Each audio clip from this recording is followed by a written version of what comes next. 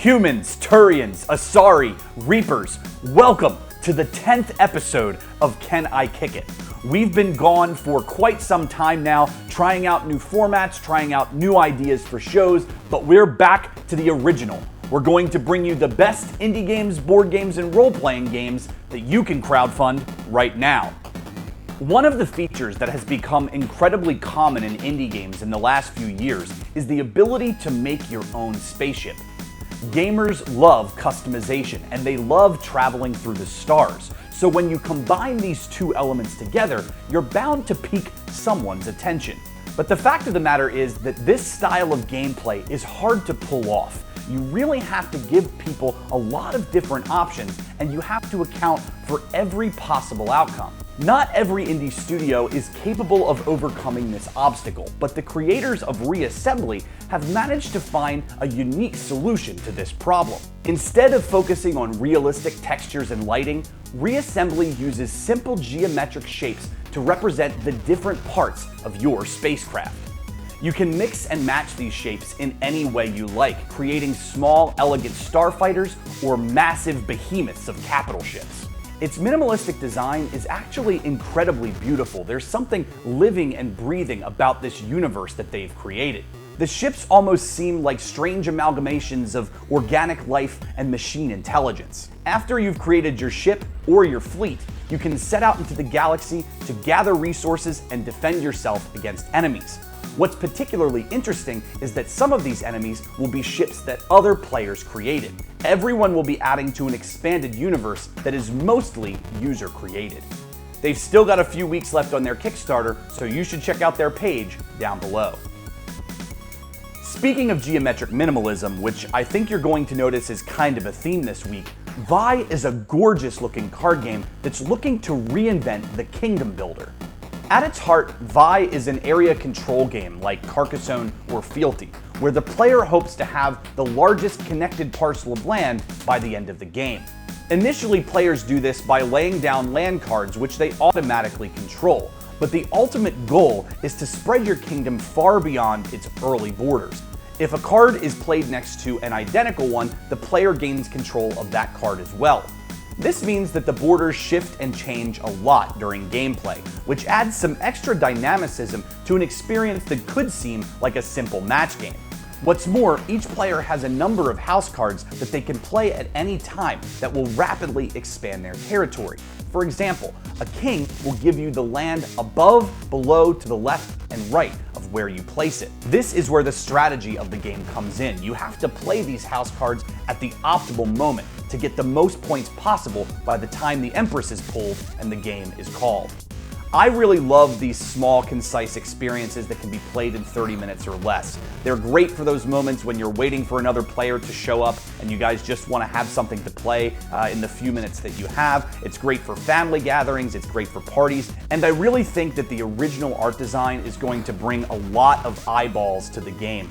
And its elegant gameplay mechanics are going to make it a favorite at your table. There's already a free print and play PDF of this game available through their website, so you can try it for yourself before you invest in the Kickstarter. But it's only 20 bucks, and I always think that if it's a new board game with a fresh idea, 20 bucks is almost always worth the cost. You should definitely check this one out. Staying in the realm of tabletop games, Spirit of 77 is an RPG that caught my attention with its humorous trailers and quirky premise.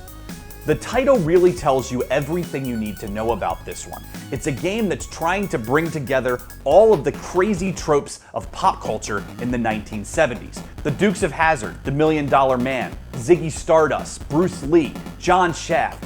These are characters that really personify a specific time period in American life, a time that was very influential and potent to our modern life today. It still resonates. As a player, you can make your own dirty cop, or your own martial arts master, or your own good old boy, and you can travel out into the world telling the kinds of gritty narratives that Martin Scorsese and other filmmakers at the time were known for.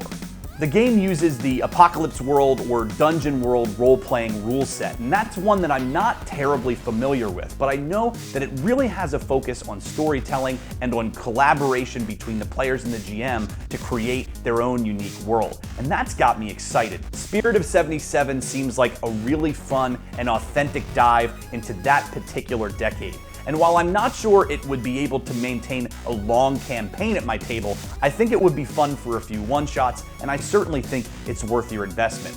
If you're a fan of car chases and crazy action and humor, this is probably a game that you're going to want to keep your eyes on. There are many video game franchises with fan bases that are vocal and passionate, but few are as affectionate as those of Chrono Trigger and Diablo. They're some of the earliest examples of the power of storytelling through this medium, and so when someone cites these two games as an influence, you should stand up and take notice. Phoenix Dawn is a game that is mostly shrouded in mystery, but what we do know is this.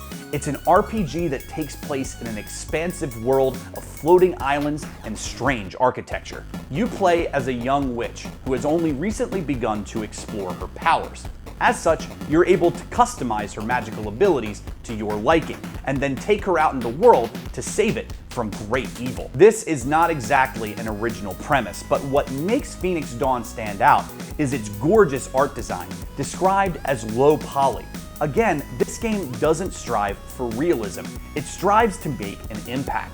This art design has some of the best lighting and particle effects I've seen all year. It's really engaging, even if the actual structures and textures are pretty flat and simplistic. In fact, the designer has made the bold claim that every frame of this game should be a suitable desktop wallpaper, and I'd be inclined to agree with him. It's also pretty amazing that this kind of beauty will be brought to a mobile screen, because this is intended for iOS devices and possibly Android devices in the future. You'll also be able to play it on your PC. At first, I was a little hesitant to put Phoenix Dawn on the list this week because frankly, I don't know a whole lot about its gameplay. But just from the trailers, I'm intrigued. This kind of imagery doesn't come around all the time. It may not be everyone's cup of tea, but this daring, compelling, original style is the kind of thing that I just eat up. Feel free to join me. Lastly, but certainly not leastly, we have a game that seems tailor-made to my tastes, and hopefully to yours as well. It's got gorgeously colorful pixel art, a thriving and energetic soundtrack, and a quirky core concept that just has me feeling all happy inside. It's called Band Saga, and it's a roguelike about two friends who hit the road in hopes of becoming rock stars. But on their way between each town, they have to fight horrible aliens that are coming to destroy Earth. And how do they fight them? Why, with music, of course. In Band Saga, the melody and rhythm of the songs create the world around you, and you can change those melodies to adapt the environment during combat. Different notes might offer new combo attacks, different rhythms might add new areas for you to explore.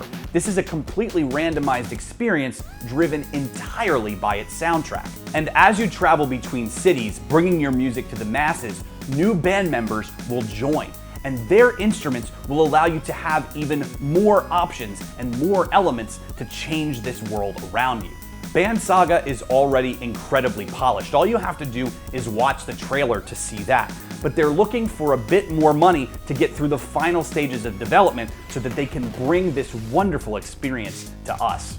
This isn't just one of the best Kickstarter videos I've seen all year, it's one of the best game trailers I've seen all year, and it's got me amped to play this thing. One way or another, we're probably going to see it in the future. But I think you should show them some money and show them some support, because this is going to be fun. Well, folks, that's it for this week's episode of Can I Kick It? And we certainly hope there isn't such a long stretch between the next episode and this one. We didn't mean to abandon it for so long. We just had a lot of other ideas that we wanted to get out, and we hope that you like those as well. Please remember to support these projects if they interest you. Even if you can't afford to throw them any of your hard-earned money, you can talk about it with your friends, you can spread it by word of mouth. Even that is incredibly valuable to these indie developers. All you need to do is click on the links in the description bar down below and you'll find all the information that you'll need.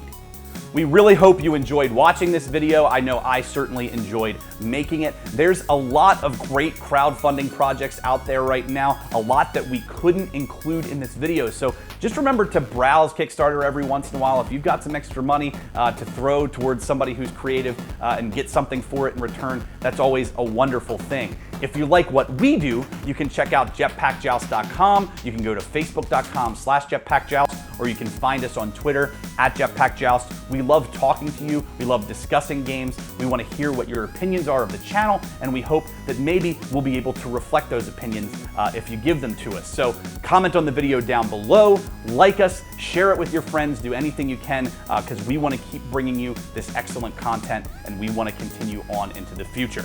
Until next time, Bill Murray.